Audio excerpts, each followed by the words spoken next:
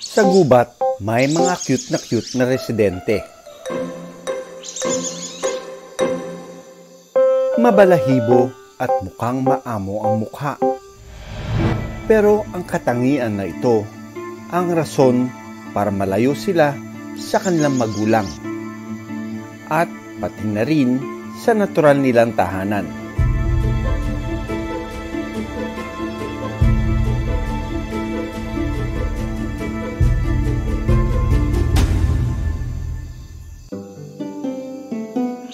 Paamoy-amoy, patulay-tulay sa mga sanga ng puno habang wala pa ang kanyang nanay.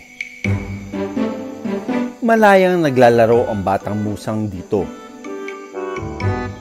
Malawak ang kanilang natatakbuhan.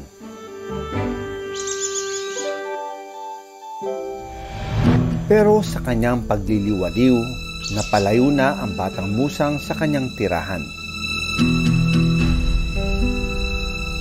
Dahil sa loob ng kanilang teritoryo, may iba na rin palang nakatira. Kahati na rin kasi nila sa gubat na ito ang mga tao. Hindi na niya mahanap ang pabalik sa kanyang natural na tirahan. Hanggang sa tuluyan na siyang nawala.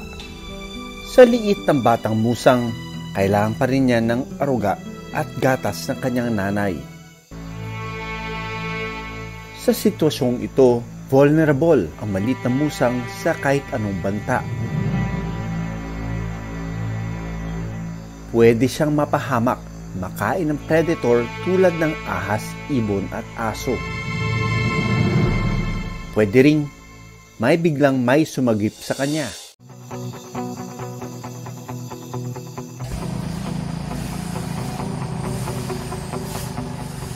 Sa Panamaw Sulong, isang kakaibang bonding ng sundalo at musang ang nadatnan ko. Dahil ang tumatayong tatay o magulang ng batang musang na ito, isang sundalo. Ang anak-anakan niyang musang ay pinangalanan niyang George. Ang routine ng mag-ama nagsisimula pagputok pa lang ng araw. Parang ganitong oras mag-umagahis. Basta pagising bago magkape, timpla na ng gatas niya.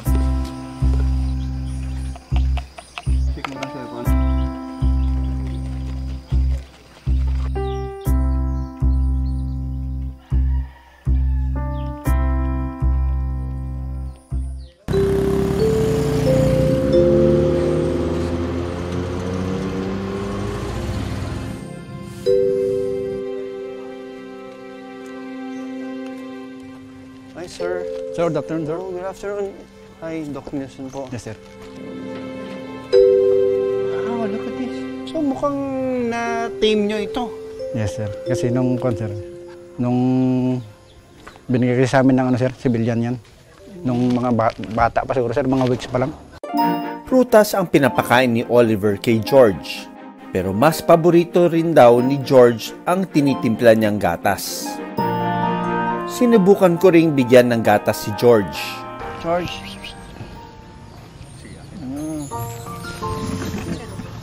Kinakagat-kagat niya. Pagkagat niya, may lalabas na yung gatas. Yes, sir. Uy, busog na busog siya. Minabuti ko na ring i-check up ang batang musang at bigyan ito ng vitamins. We will give it some vitamins and deworming.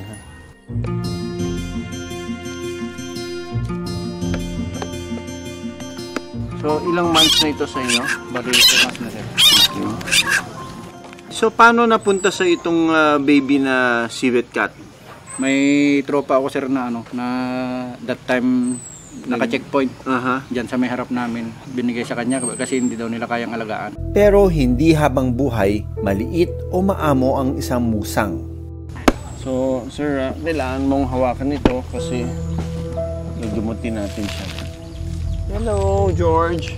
Napaka-gentle nitong si George.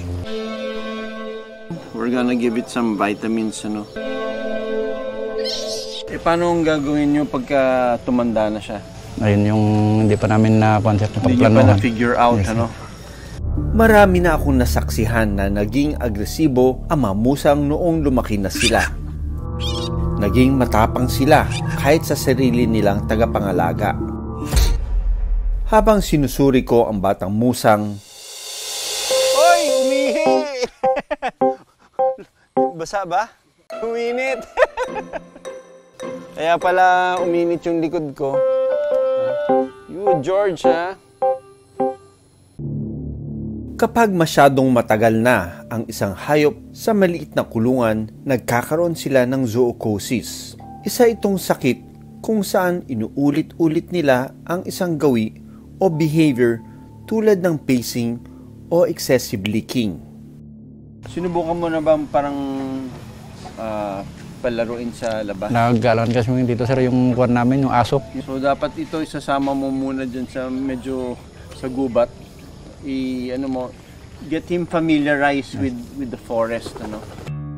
Walang pasilidad ang sulu sa pwedeng kumupkop sa mga nare-rescue wildlife. Pagdating po naman po sa mga protocol po natin sa mga naghahalaga ng wildlife, ina-assess po ng opisina natin yung status po ng mga wildlife. Sinasabihan na lang po namin na ingatan na lang po sila, pero in-encourage po din ng opisina natin, mas maganda i-release sila sa wild kasi doon naman talaga sila dapat manirahan. At dahil maliit pa si George, dito na muna siya sa piling ni Oliver. Pero paalala ng mga eksperto, maging maingat sa pag-aalaga ng hayop lalo na kung galing ito sa wild. Pwede kasi silang pagmulan ng zoonotic diseases o sakit na pwedeng mapasa sa tao na galing sa hayop tulad ng rabies.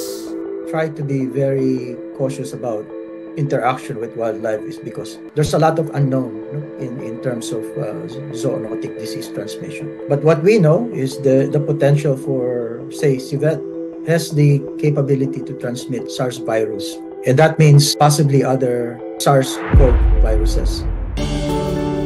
Malaki ang tsansa na mabuhay at lumaki si George dahil sa pag-aaruga ni Oliver. Totally alaga talaga ma'am na parang nagpapatanggal kwan din. Patanggal stress din. Continuous pa rin ma'am na alagaan habang makakaya pa may time na alagaan siya. Sa pagbibigay oras sa batang hayop na nangangailangan ng tulong ay isa ring sakripisyo. Patunay din ito ng kahalagahan ng coexistence sa pagitan ng tao at wildlife.